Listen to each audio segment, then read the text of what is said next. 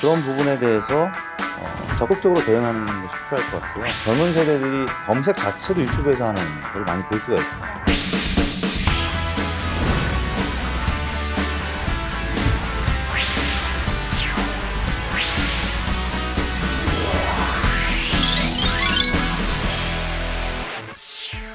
안녕하세요. 이번 시간에는 소상공인의 언론 활용법에 대해 리얼미터 이택수 대표님 모시고 말씀 나눠보겠습니다. 안녕하세요, 대표님. 네, 안녕하세요. 네, 안녕하세요. 요즘 바쁘실 것 같아요. 네. 특히나 요즘 리얼미터가 핫한 네. 이제 여론조사 기관으로 떠오르고 있지 않습니까?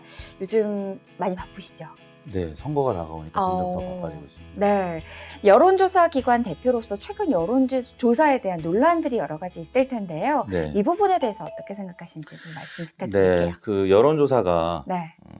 이제 후보를 결정하고 또 본 선거에서도 영향을 미치는, 사실 영향력이 많이 커졌죠. 네. 그러다 보니까 여론조사로 인한 일희일비하는 정치인들, 정당 혹은 뭐 각종 매체들이 있다 보니까 여론조사에 대한 불신론도 많이 이제 생기는데요. 가령 이제 지난 지방선거 때 같은 경우도 여론조사 결과 크게 다르지 않는 선거 결과가 나타났는데, 왜 이런 논란이 있느냐 하면 선거가 다가오고 있기 때문입니다. 이제 내년 총선이 6개월도 안 남은 상황이고, 언론도 보수 언론이 있고 진보 언론이 있잖아요. 보수 언론에서는 사실 문재인 대통령 지지율이 올라가는 것보다는 떨어지는 현상을 조금 더 반기겠죠. 그리고 정권이 교체되길 바랄 것이고, 진보 언론은 또 반대일 것이고, 그러다 보니까 지지율이 오르고 내릴 때마다 여론조사 기관들에 대한 비판들을 하고 있는데, 네. 사실 뭐 리얼미터나 한국갤럽이나 매주 이제 뭐 대통령 지지도나 정당 지지도를 발표하고 있는데, 같은 문항으로 같은 시간대 계속 몇 년째 지금 해오고 있습니다. 그래서 그런 추세를 이제 보는 것일 텐데, 너무 이제 과도한 그 기대감 또 해석 뭐 이런 부분들 때문에 조사기관들이 사실 좀 당혹스러울 때도 있는데, 네. 미디어 리터러시라고 하잖아요. 이 언론을 어떻게 읽고 해석하느냐, 그런 부분들에 대해서 이제 최근엔 여론조사 보도에도 그런 부분이 필요한 상황이 됐는데, 아무튼 가짜뉴스들이 너무 많은 이 시대에 뭐 유권자들, 독자분들께서 좀 잘 그 보도의 내용을 읽고 해석을 해야 될 그런 시기가 아닌가 싶고, 워낙 우리 국민들의 이 민도가 높기 때문에 네. 이 똑똑하시거든요, 우리 네. 국민들이. 그래서 이제 계속 진화하는 과정인데, 여론조사 결과들도 사실 뭐 여러 오차들이 내재되어 있는 방법이기 때문에 가끔 틀릴 때도 있죠. 근데 조사기관들은 아무튼 세계적 수준으로 지금 올라와 있기 때문에 최선을 다하고 있다는 점 말씀을 드리고 싶습니다. 네.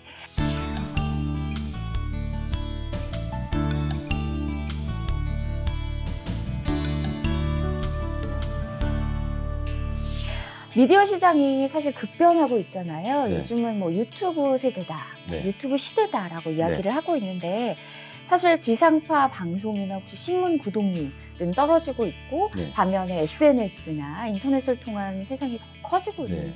시대입니다. 향후 미디어 시장에 대해서는 혹시 대표님은 어떻게 전망을 하고 계신가요? 옛날엔 TGIF라고 그랬어요. 그래서 네. 트위터, 구글, 아이폰, 그다음에 페이스북. 근데 이제 음. 거기다가 유튜브까지 더해져가지고 네. 기존 매체들이 지금 많이 흔들리고 있죠. 예전에는 사실 저희 어릴 때만 해도 지상파만 나왔던 시대, 네. 뭐 KBS, MBC, 과거에는 또 TBC 뭐 이 정도였는데, 지금은 케이블 채널 틀다 보면 너무 많잖아요. 네. 거기다가 유튜브까지 지금 만들어졌기 때문에 지금 기존 매체들의 이 권력이라고 할까요? 그게 이제 많이 떨어지고 이제 원 오브 댐의 시대로 가는 거죠. 그래서 특히 이제 1인 미디어 유튜브가 이제 많이 발달하면서 그에 대한 준비 대비를 우리 소상공인들도 해야 되지 않을까라는 생각이 들고요. 앞으로 계속 이 매체는 변화할 것이고 그 다양해질 것이고 그렇기 때문에 그 부분에 대해서 이제 소상공인들께서 많은 준비를 해야 되지 않을까 싶습니다. 네.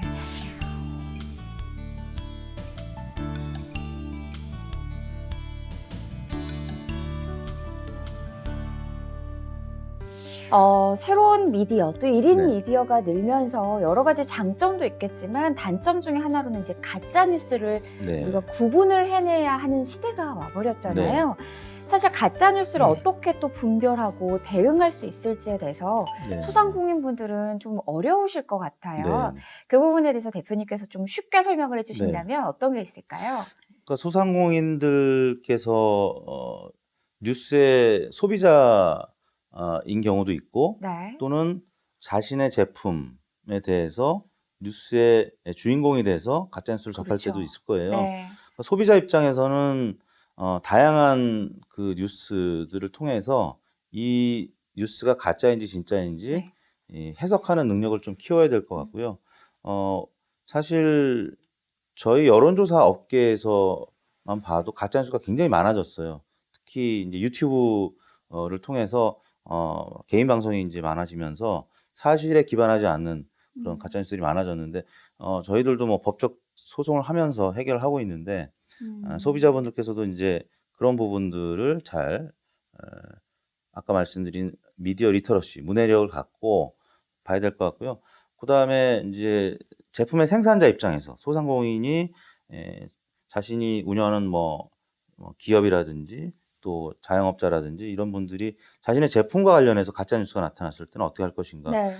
꽤 많은 가짜 뉴스들이 있을 텐데 그런 부분에 대해서 적극적으로 대응하는 것이 필요할 것 같아요. 뭐 그냥 이제 많이 보지 않는 매체이기 때문에 이 부분에 대해서 간과하고 그냥 넘어가다 보면은 나쁜 소문 때문에 제품을 소비하지 않는, 그래서 결국에는 가게의 문을 닫거나 공장의 문을 닫아야 되는 상황도 올 수 있기 때문에. 근데 최근 이제 시사인이라는 매체에서 매체 신뢰도 조사를 했는데 가장 신뢰도가 높은 방송이 JTBC였고요. 그 다음이 유튜브였어요.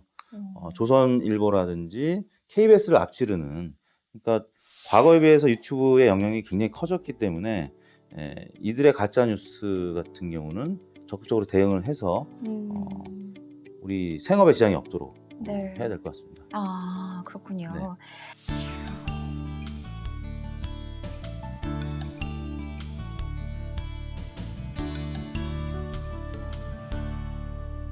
이제 가짜 뉴스와 더불어서 악성 댓글 또한 네. 사실 진실이 아닌 내용을 가지고 인신 공격을 한다던가 또 혹은 제품에 피해를 입힌다거나 네. 생계까지 위협이 느껴질 수 있잖아요.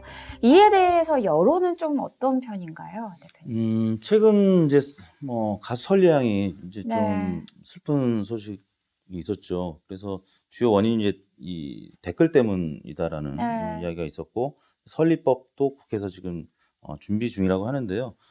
이 여론은 이제 댓글 유지 폐지 의견이 굉장히 팽팽하게 나타나고 있습니다. 폐지 의견이 37%고요. 유지 의견이 34%, 그리고 29%는 잘 모르겠다. 그래서 지금 유지 폐지 또 유보층이 지금 3분돼 있는 상황이라서 뭐 국회에서도 지금 어떻게 해야 될지 고민을 하고 있을 것 같은데요. 최근 이제 카카오에서 이제 연예에 관련된 뉴스는 댓글 없애겠다라고 했었고, 근데 이제 저 같은 경우도 여론조사 관련된 악성 댓글이 굉장히 많거든요. 그래서 저도 없어졌으면 좋겠는데 아직까지는 정치 부분은 남겨두는 걸로. 근데 선거 때가 되면 어떻게 할지는 조금 더 두고 봐야 될 것 같은데요. 기존에도 선거에 임박하면 댓글을 잠시 가려주거나 아니면 공감수는 없애거나 뭐 이런 조치들이 있었는데 국민들의 여론은 아무튼 소폭이지만 폐지 의견이 조금 높았어요. 그래서 여러 지금 뭐 연예계 쪽에서 특히 악성 댓글이 워낙 많고 그로 인한 부작용들 또 극단적인 선택들이 있었기 때문에 그런 부분에 있어서는 폐지 의견이 조금 높아지고 있는 것 같은데, 뭐 적어도 실명제 정도까지는 해야 되는 거 아니냐. 근데 실명제도 과거 이제 위헌 판결이 나왔었기 때문에 국회에서 앞으로 어떻게 이걸 논의하고 뭐 개정할지 이 부분 좀 지켜봐야 될 것 같습니다. 네, 좋은 말씀 감사드립니다.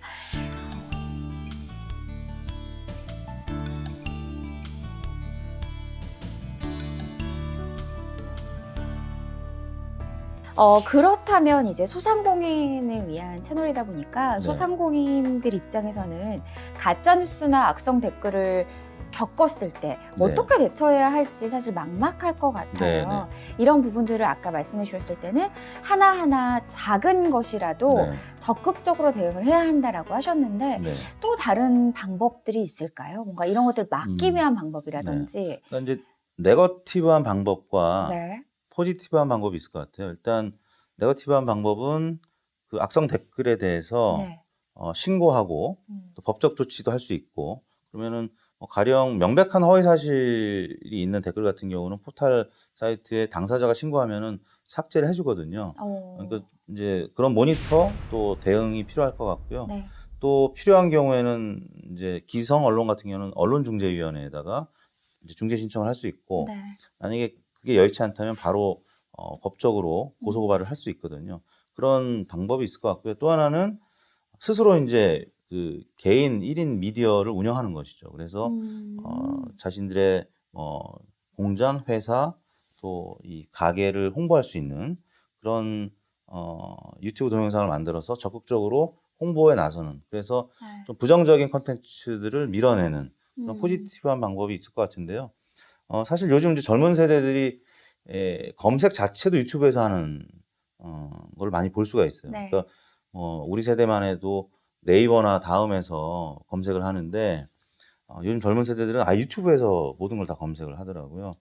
그런 세대에 살고 있기 때문에 유튜브에 대한 중요성을 인식하고 거기에 본인의 제품 또 회사 가게 좋은 정보들을 많이 담아서 긍정적으로 홍보하는 가령 TV에서 짜장면 먹는 모습 나오면 짜장면 먹고 싶잖아요. 네. 그런 것처럼 제품을 긍정적으로 소개하다 보면은 그 부분에 대한 그 욕구를 네. 수요를 창출시킬 수 있는 그런 긍정적인 효과가 있을 수 있다고 보기 때문에 네. 그런 긍정적인 방법과 또 이제 네거티브한 방법 동시에 같이 좀 진행하면 어떨까 그렇게 제안을 드리고 싶습니다. 네.